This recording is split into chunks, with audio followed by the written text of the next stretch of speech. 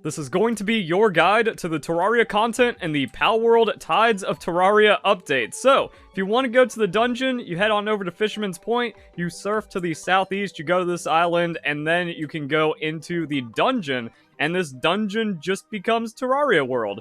And this is pretty much where you're going to find all of the Terraria content in the update, so it's going to be a mid to late game dungeon, and the big thing is farming the Hallowed bars. So you can break open the pot, so it's going to have little health restoration inside of it, or you can defeat the enemies. So we got all the slimes, we got the little eyeballs, you can catch everything in this dungeon, like all the enemies inside the dungeon, even the boss, Eye of Cthulhu. So they have a little bit of functionality. They're going to have passives, their own movesets, and stuff like that. But they're not, like, actually true pals. They're kind of similar to the humans, but a bit more useful. So what you really want to do is when you're going through this dungeon is explore everything. There's going to be multiple routes and multiple paths, and you want to open up the chests. So the layout of the dungeon is going to be the exact same every time, which means after going through it a couple of times, you're going to know where everything is, and the chest locations aren't going to change. So you kind of just need to mentally map out where everything is, and then you can farm it, and that's really what you want to do. You need to open up all the chests, and then you hope you get the schematics that you're looking for.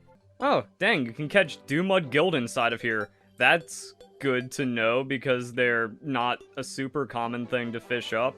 So it's actually pretty cool. The progression is like speedrunning Terraria through all the different areas. You have like the above ground green area, and then you go deeper into the caves, and then there's a mushroom biome. So the progression is real good for getting your bearings. If you're kind of getting like lost or spun around, eventually you're going to make it into the cave. Now it's going to be really easy to know exactly where you are. So you can go through this part and then head on over into the mushroom cave. Now when you make it to the mushroom cave, you want to head straight, and this is going to be one of the most important things, but hold on, let me catch this lucky pal real quick. So once you head straight, you want to make a right into this room, and there's actually going to be a life crystal here, and you want to just break it, and then you harvest it that way. So life crystal is going to be like a life elixir that you just gain permanent health for. Now, it won't go beyond your max, but it seems really, really broken that you can just kind of keep farming this, and if you just go for the life crystals, you can max out your hit points really easily. After that, you head left from the entrance of the mushroom cave. You can fall down, and then you're going to go into a more open part of the cave that's also going to have like a lot of twists and turns. So if you make an immediate left and then you break down this wall, there's going to be a chest behind it. So it's also recommended that you bring a pickaxe, and this is going to be really good for farming more hallowed bars. And then behind more walls, we have another life crystal. So yeah, you want to farm the 2 life crystals that are in this dungeon every time, and then you just get to max out your hit points. And then you just want to keep progressing through the dungeon and exploring everything. Instead of going through there to the boss, you can loop around to the left over here, find another chest.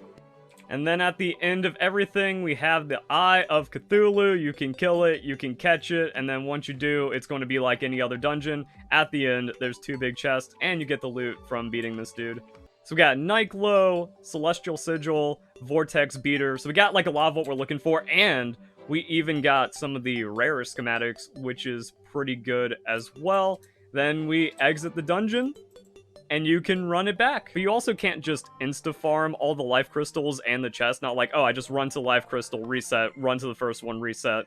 You have to beat the boss if you want the dungeon to close, and then you have to wait for it to like fully close and then fully reset, and then you can go back into it. So it takes a little bit of time, but it's also not like, oh, I beat it, now I have to wait an hour. Just wait a little bit, and then all of that is good. Alright, but what can you get, and how can you get it? Here's all the new weapons. That's going to need its own breakdown. Like, comment, subscribe, share, all of that good stuff. I'm just doing full Palworld coverage from when it first came out to when it's releasing and beyond. So if you like that, please show some support. But yeah, we got multiple weapons. We have a Vortex Beater, we got Terraprisma, Terrorblade, Nightglow, Excalibur, and by going on to PalDB, you can see like all the locations, all the chests. So the big chest at the end, very worth farming because you can get the technique manuals that increase your pal's handiwork. I kind of care more about farming this than getting some of the other stuff, but also shows the unique tables that if you want to get the weapons, that those are going to be in the end chests, and then the actual armor pieces and the Excalibur are going to be in the smaller chests. So this is at the end of the dungeon, and then this is going to be the chests scattered throughout the dungeon. So hallowed helmet, headgear, mask, plate mail, all that fun stuff. What do those do? This one. So wearing the hallowed mask is going to have synergy that increases the damage dealt by Meowir, Excalibur, the Terra Blade, and legendary Meowir, and that's from the Moonlord fight, which we're going to talk about here shortly. Hallowed plate mail lessens the damage from Tides of Terraria monsters. So if you're in the mid game, you're trying to like beat this for the first time, if you get one of these early on from a chest, you can leave and then craft it, and it's just going to be 20 hallowed bars, and you get those just for breaking open the pots and defeating the enemies. So farming hallowed bars also going to be a really big deal about this, but then you can get the armor really quick, and it's going to make the farming even better if you're not like super overpowered and super overleveled. And then we're going to see the other things, that there's going to be different things. We have mask, headgear, helmet, and hood. Headgear is going to be Nightglow, Terraprisma is going to be hood, helmet is going to be the Vortex beater. So that's going to be plus 20% damage, and then 30% damage reduction for the hallowed plate mail. I wonder if that's like how good that scales into what armor class versus the Moonlord. So the Moonlord's gonna be a level 50 raid, which means it's gonna be a lot easier to like come back to once you're maxed out higher level and stuff, but it can be quite a challenge if you're just doing it as you're progressing. I have Cthulhu can drop the mask, Moonlord can drop the mask, so that's all of that fun stuff and how that works. And before we show the Moonlord and how to unlock him, here's also the drop table. So we got 10% chance on the mask. The fruits, you can get 3 of the stat fruits, so we got some farming right there.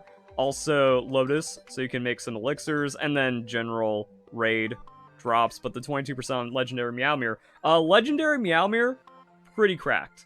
It attacks very fast, it also has like that bouncing multi-hit, and it does a pretty good amount of damage, so you can wear that with a helm, and it's just gonna be pretty powerful. Now, I've also seen people say, like, oh, the other weapons are really good, so I'm gonna have to, like, farm those out, test them, and all that other stuff. Like I said, it's gonna be another video. So, we didn't talk about the Celestial Sigil. Well, that's going to be how you fight the Moonlord. So you have to take this to a craft to actually make the summon. So you need 100 hallowed bars, and then that's going to turn the schematic into the actual sigil. You use that as summoning altar, so when you have, like, your raid base, and then it's going to be a fight with the Moonlord. Ow.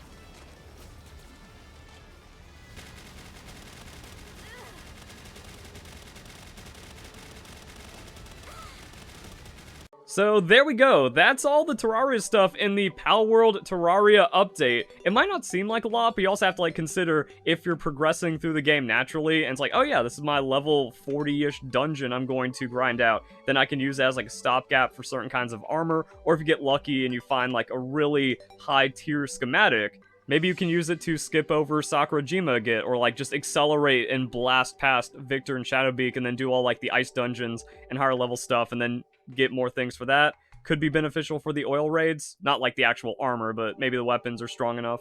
But I really enjoy that it's its own closed-off gameplay loop that's really accessible, and I wonder what's going to happen in the future, like other collabs, or maybe like more Terraria expansion where there's like a higher level dungeon that kind of has the same mechanics and stuff. But it's also like really cool that they could just drop in an island or a dungeon, and then you just have your own little like DLC pocket of content to just kind of dip into to help out your gameplay. And the cool thing is, the drafting table works with all the schematics, so if you run the dungeons enough, or if you get unlucky trying to chase for something, or you get really lucky and you have like epic rarity ones, it's like, oh cool, I can now like upgrade from rare to epic or epic to legendary, and I have like a really cool weapon loadout I can use now. Same thing with farming the armor, so yeah, it could actually be like really cool since you have the damage reduction, since you get a lot of the benefits, that instead of like going through Victor, Shadowbeak, Sakurajima, you can maybe just do like a ton of really dedicated farming inside of the dungeon for the mid-ish late game, and you come out like legendary gear, and you can actually carry that for a while having a fun little gameplay loop in the Terraria dungeon. So, things to consider, really cool stuff. Hope you guys enjoyed the video. Hope you all have a nice day. Thank you very much for watching.